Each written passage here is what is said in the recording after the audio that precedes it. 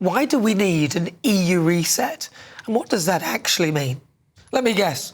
Freedom of movement disguised as a youth mobility scheme for the 18 to 34s, despite assurances to the contrary.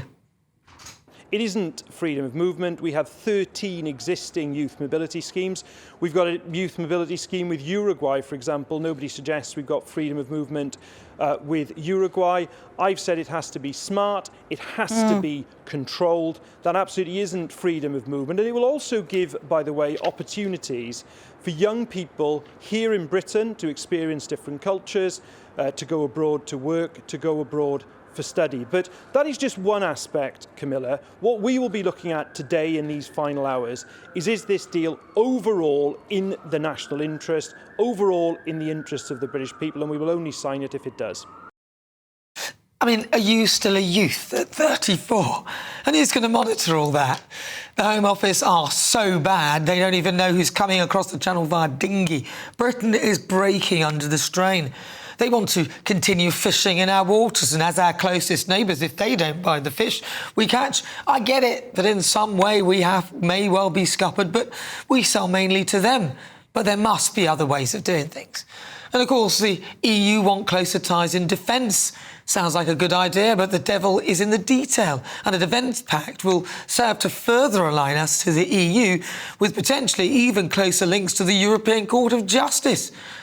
In my view, the EU is a failing bloc of countries and a failing construct.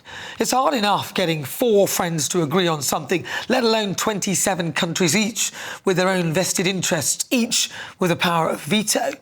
It takes an age to get anything done. And remember Brexit? How could we forget? The EU behaved like a spurned lover. Why would we want to get back together? By all means, be civil and friendly, but it's not as though we've had a child together. It's just wise to get along for the sake of humanity. We don't need to hold hands. But a reset, what exactly are we resetting? I've lost count of the number of times Remainers have said to me, "See, you exchanged people from the EU for people from India and Africa," as if people from India and Africa are worse. What is their point? They're also wrong, because the truth is we never counted the number of people who came to the UK under freedom of movement, so there is actually no real comparison of numbers. Plus, the huge influx of legal migration has been caused by the incompetence of our politicians, and in particular the Tories, who allowed mass migration under their watch to quadruple over 4 years. They have failed us. Instead of ensuring that we had people that we need from wherever, who cares, entering this country, the Tories pretty much took everyone and their dog without balancing it off with the needs of our great country. The system was and still is way too generous. Why does my mum and dad need to come here if I am studying? It's ludicrous. What other country allows that? Here's what I think. Sir Keir Starmer loves the European Union and will literally open the floodgates to do a deal with them for very little in return. Britain will become the dumping ground, if it isn't already, for failed asylum seekers, and rather than closer alignment being good for our borders, will result in us losing total control of them altogether. We don't need more migration, we need less. That is why Britain is breaking.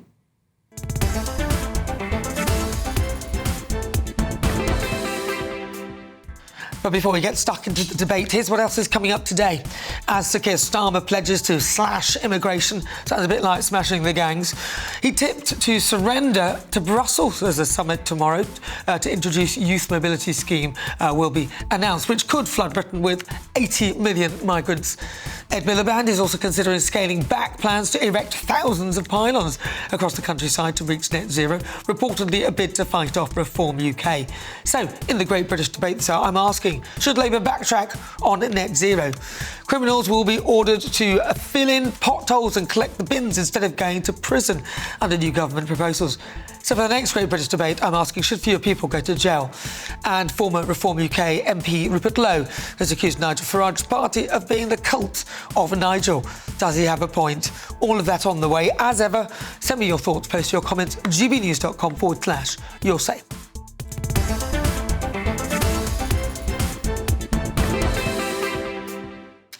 Right, So let's see what Richard Morley has to say. He's the leader of Rejoin EU, the Rejoin EU party. So am I totally wrong, Richard? Is this not really a slow creep to rejoining the EU without actually rejoining it? No, I don't think it is. I think that the current circumstances are that Britain needs to have a summit with Europe in order to address a whole range of points.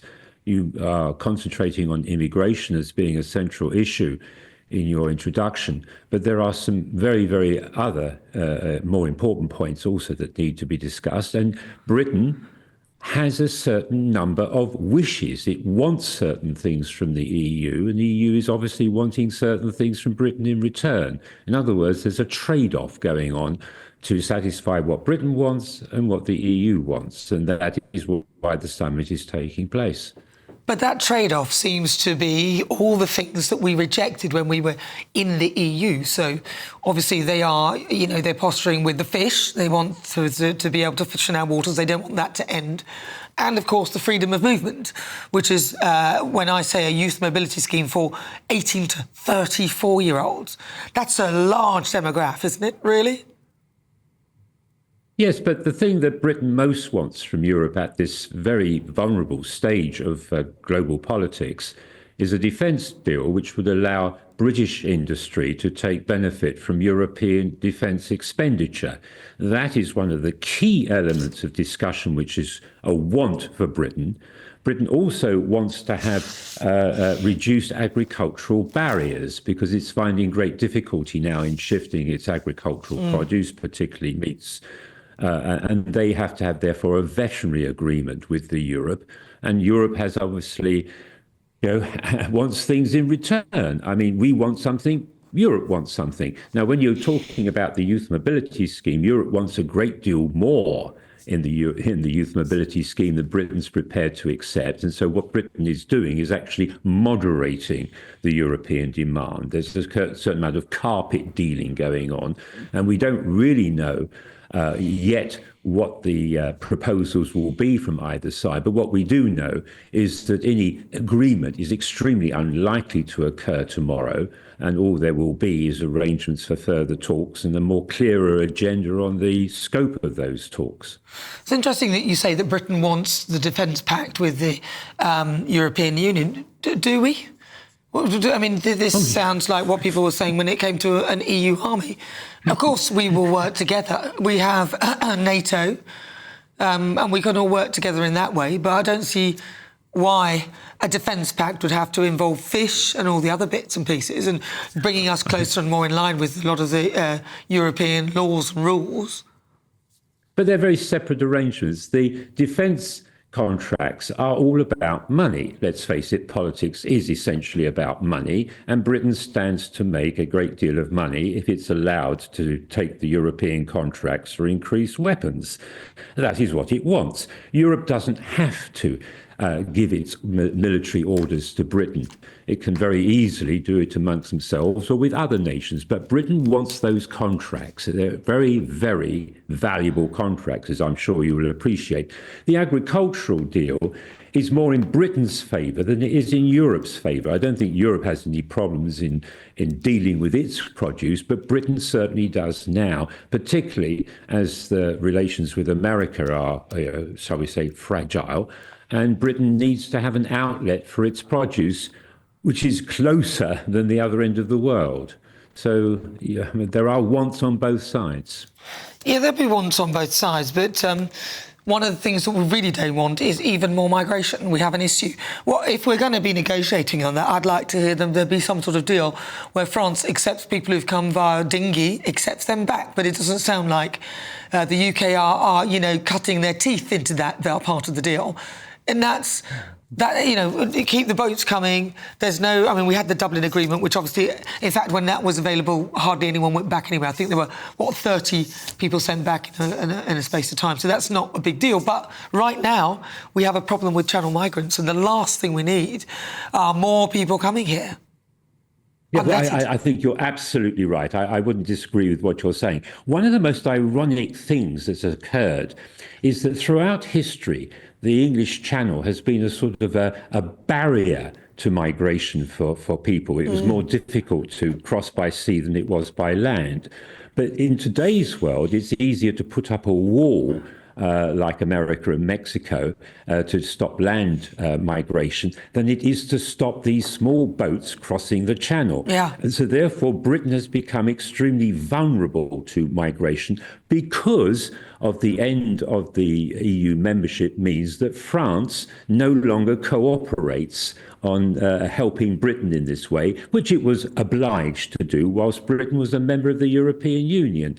And I think one of the main reasons why Britain should consider rejoining the EU is just for the reasons that you are saying, that we have to control migration, because France can and would assist us were we to be a member again. But at the current circumstances, we can't force France to do anything. We have to simply say, well, if these boats come across, we've got to deal with them. And France says, well, it's your egg, it's not ours. Well, look, I think we are in agreement that the people shouldn't be coming on, like, you know, that we need to do something about these channel crossings. But I would suggest to Sir Keir Starmer that he needs to use that as part of his negotiation. That's part of the deal. If they want things, then I'd like to see him using that as part of the negotiation. I don't think we need to rejoin the EU for it. I think we could just do a better deal. Listen, Richard, sadly, I've got to leave it there, but it's been really good to talk to you. That is Richard Morley. He is the leader of Rejoin EU. That is a party